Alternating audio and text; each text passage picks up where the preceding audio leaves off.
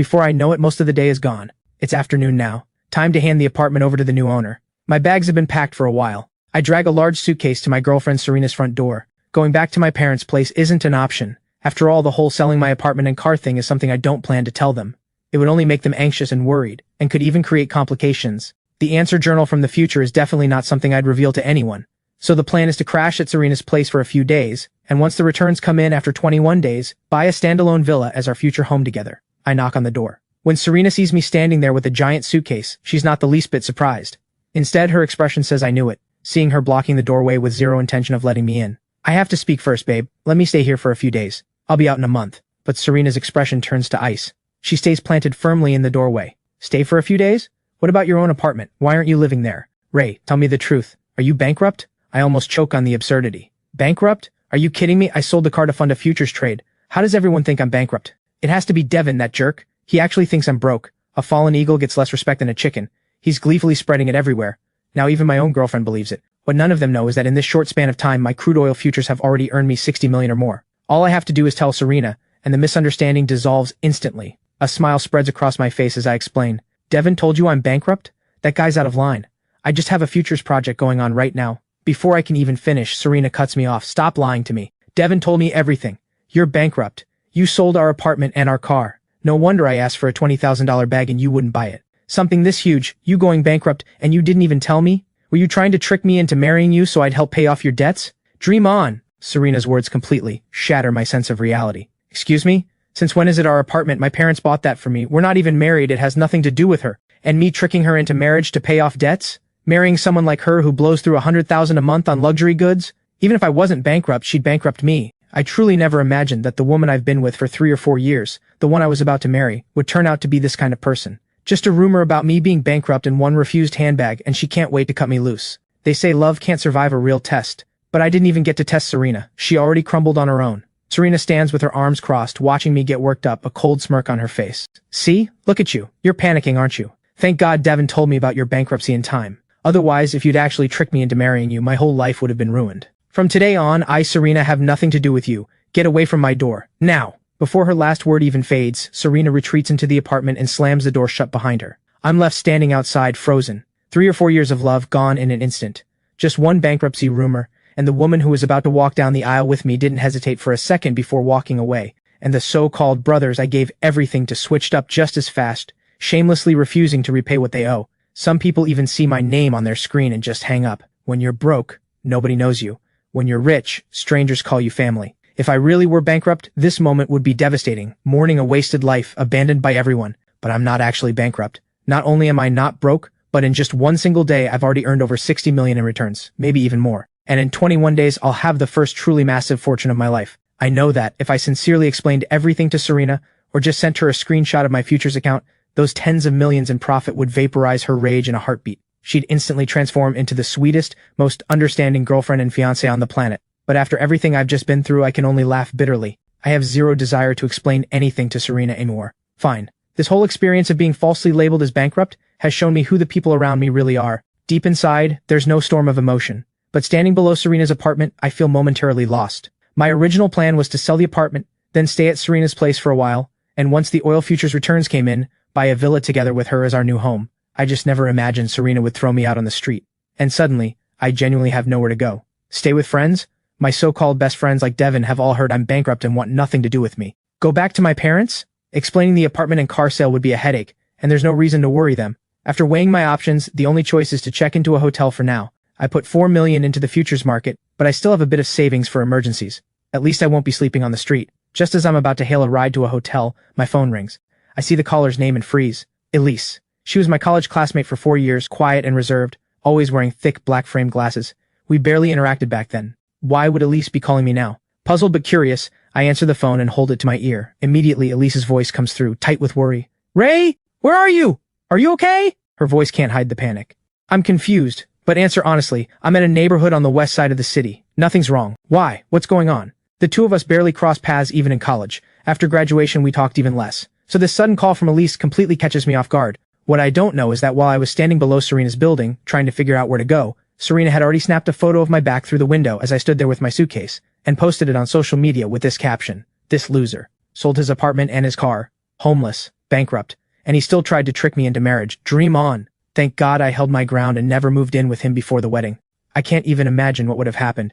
Painting herself as pure and untouched, when in reality, every time I bought her a new handbag, she'd unlock a new position and achievement. Now that she's rushing to announce the breakup, she naturally has to prove her innocence. She caps it off with a pitiful selfie, playing the victim to perfection.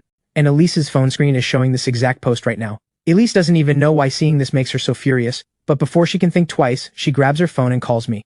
But now that the call is connected, there's no backing out. She summons every ounce of courage and says, "Ray, I heard you went you're going through a tough time. If you don't have a place to stay, you can move in with me. We can split the rent." That one sentence seems to drain every bit of energy Elise has. After saying it, she presses the phone tight against her chest, then quickly pulls it away, terrified I might hear her heart pounding through the speaker. I'm caught off guard for a moment, then it clicks. Elise must have heard the bankruptcy rumor. She probably even knows Serena kicked me out. She's worried I have nowhere to go, maybe even worried I might do something drastic. That's why she called to offer me a place to stay.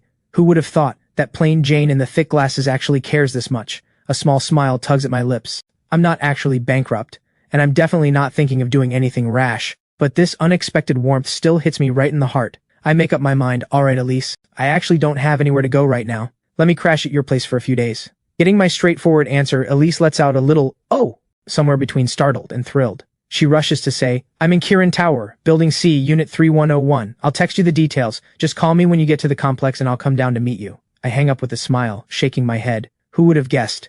The brothers I trusted and the woman I loved all turned out to be unreliable. Meanwhile, it's the friend I barely kept in touch with who shows up when it matters. Still, I quietly remind myself, a guy living on his own has got to protect himself. I hail a cab and head straight for Kirin Tower. Kirin Tower sits in the absolute heart of Rongcheng, top-tier school district, top-tier surroundings, and of course, premium real estate prices. Way more expensive than the apartment I just sold. I never expected the unassuming Elise to live in such an upscale complex. The taxi pulls up to the entrance and is stopped at the gate. A security guard in a wool overcoat and white gloves approaches, salutes, and politely says, "Good afternoon, sir. You don't appear to be a resident here.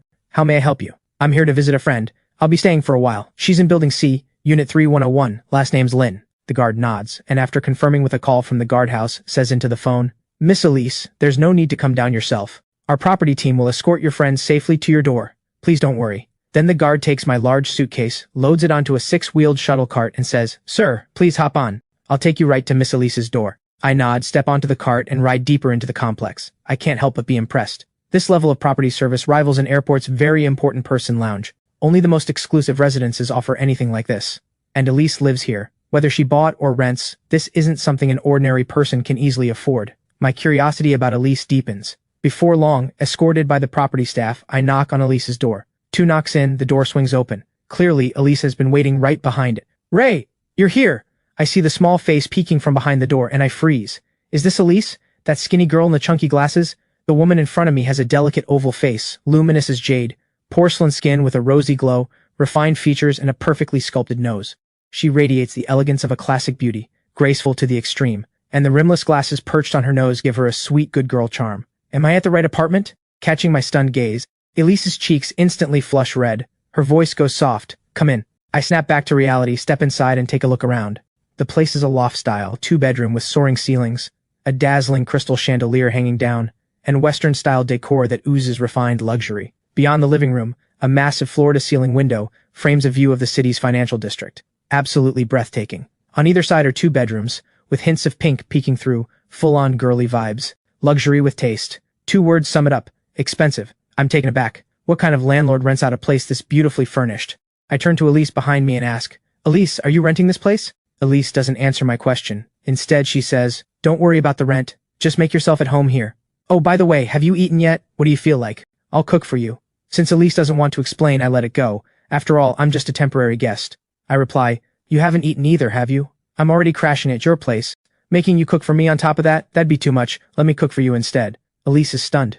"You can cook? Really?" I wash my hands wearing a proud grin. "What do you mean, really? Of course I can cook. Let me show you my secret weapon, the world-famous scrambled eggs with tomatoes." In the kitchen, I'm hard at work. At 6 feet tall, the black apron tied around my chest looks almost comically small. My long arms move across the counter, lean muscles shifting with smooth, effortless lines. Broad shoulders tapering to a narrow waist, a frame that radiates quiet power. Still so handsome. Chin resting on both hands, Elise's eyes go dreamy as she murmurs to herself, "I'm busy cooking and don't quite catch it." "What'd you say?" Elise's head shakes like a rattle drum. "Nothing. Nothing at all, just focus on cooking, be careful.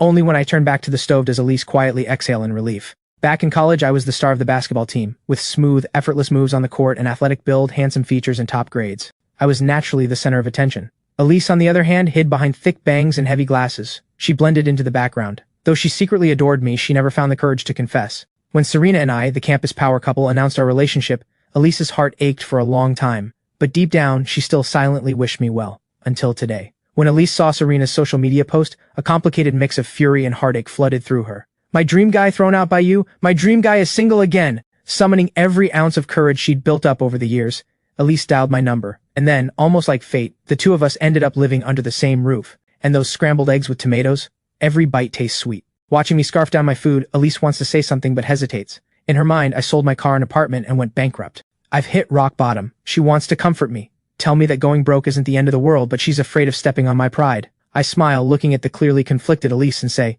"What's on your mind? Want to tell me something? Are you trying to tell me being bankrupt isn't that bad?" Since I bring it up, Elise nods and says, "Well, I saw a bunch of people posting about you online, saying life is unpredictable. Your girlfriend even threw out. But I want you to know, going broke is hard, but it's not the end of the world.